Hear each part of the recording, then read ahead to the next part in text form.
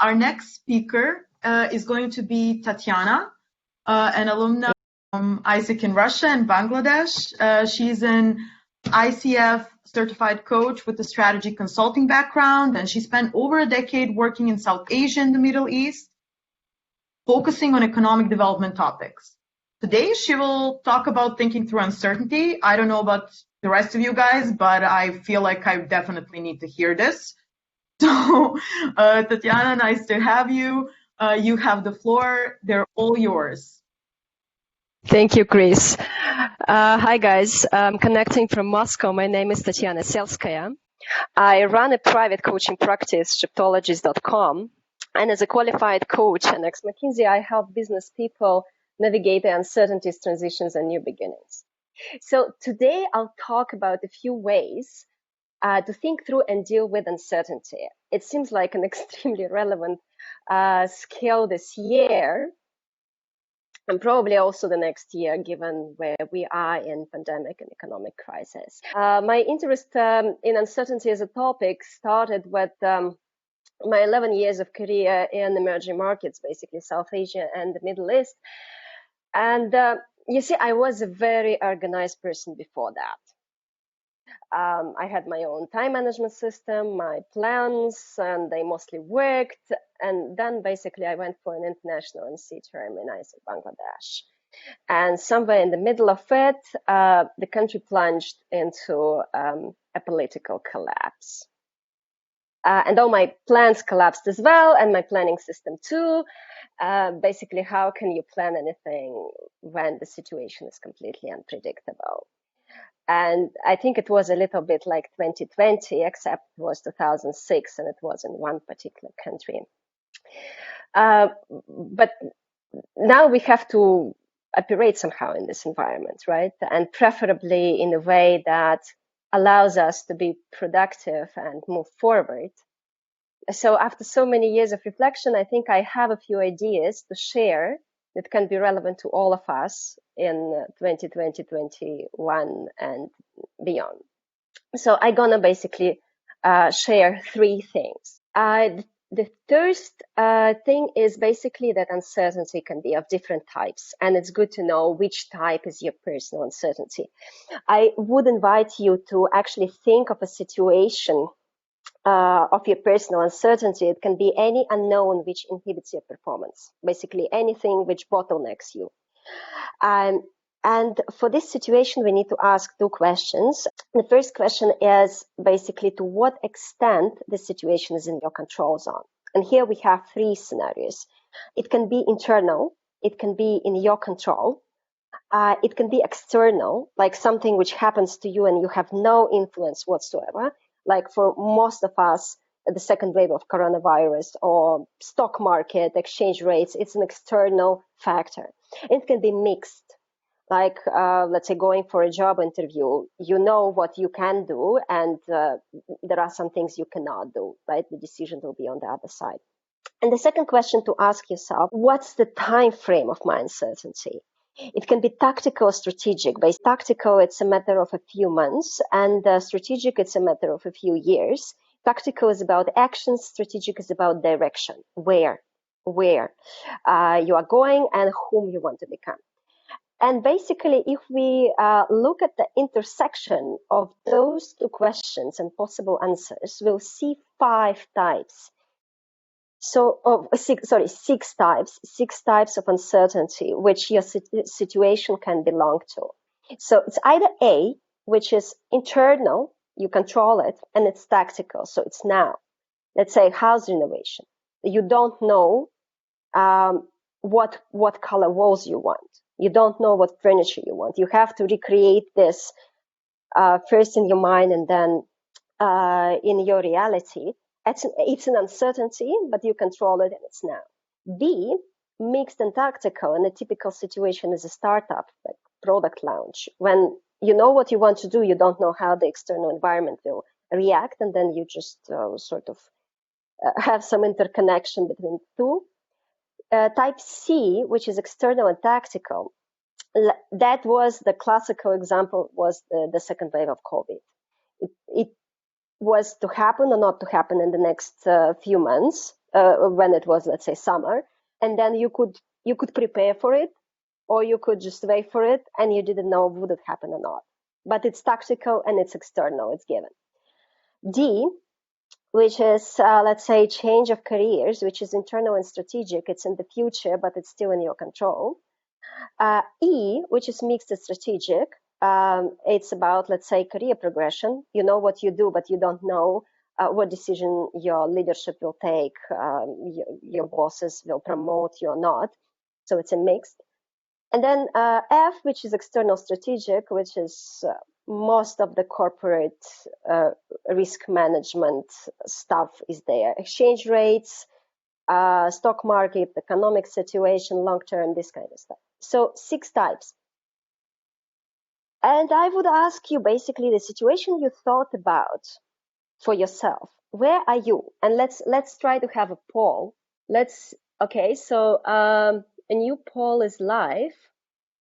If you could choose the uncertainty type which is closest to your situation, and let's vote and see where we are.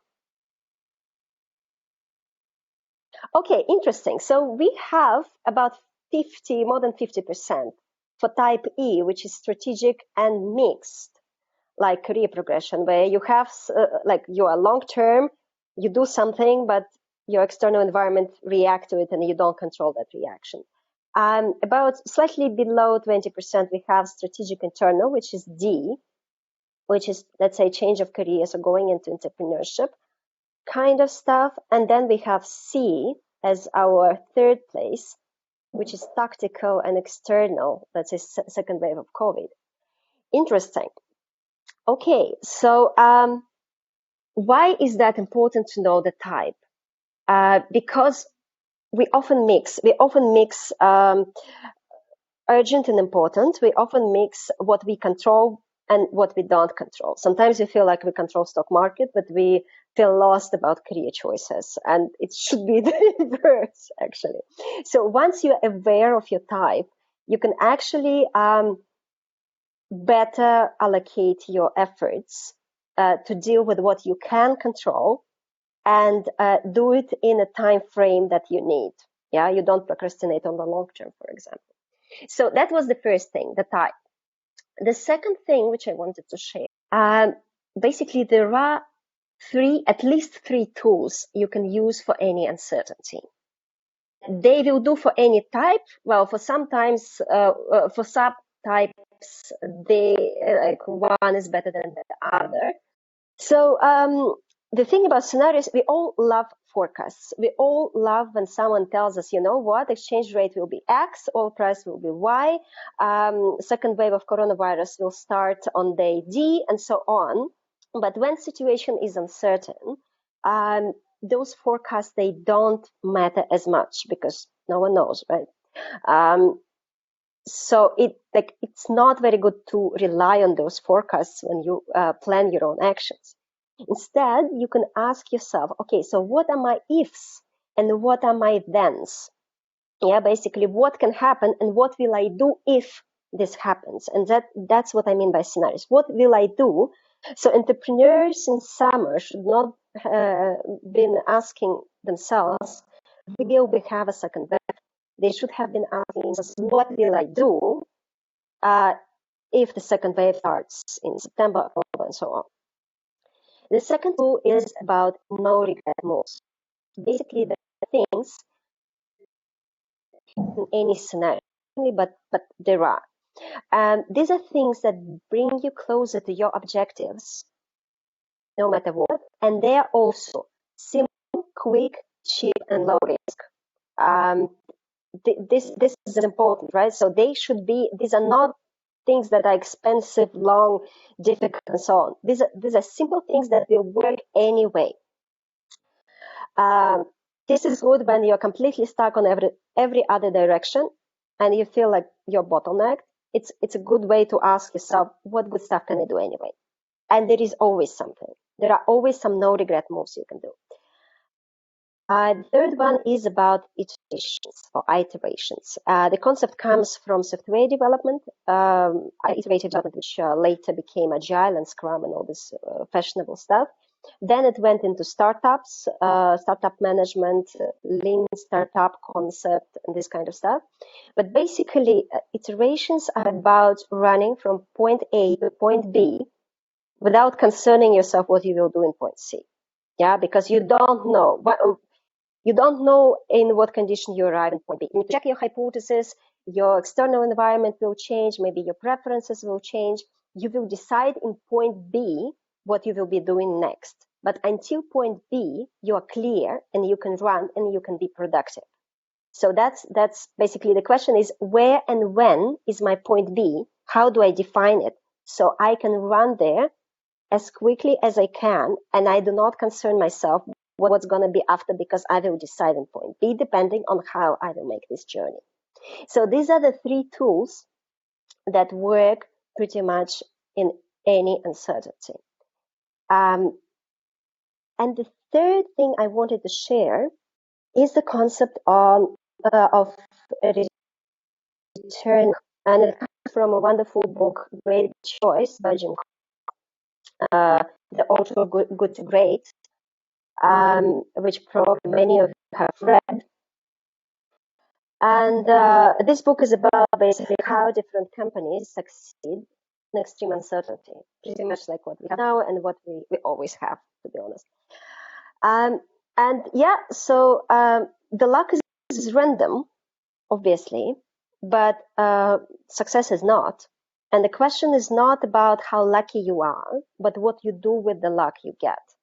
And Jim Collins actually has proven that with numbers, with statistics, with whatever. So he measured the amount of luck each company got, and then how far they actually got with each luck they got, right? So the thing is, we can get lucky, unlucky, whatever, it's random, but do you have a system to deal with the luck which comes your way?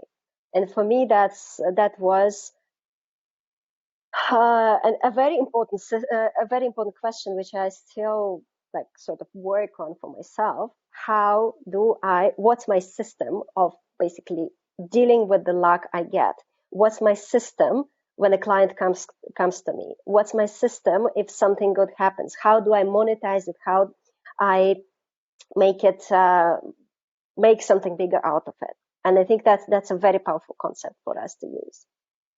So these are basically 5 instruments in total we spoke of, uncertainty types, which help you focus more on what you can do.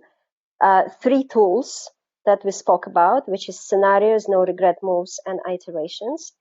And then the concept of return on luck. And let's have a second poll now and see which instrument you liked the most. So we have a new poll active. Let's vote. Which uncertainty concept is the most relevant for you and your situation you thought about in the beginning of the session? Okay, the battle is very interesting. We do have a winner, I think, but it is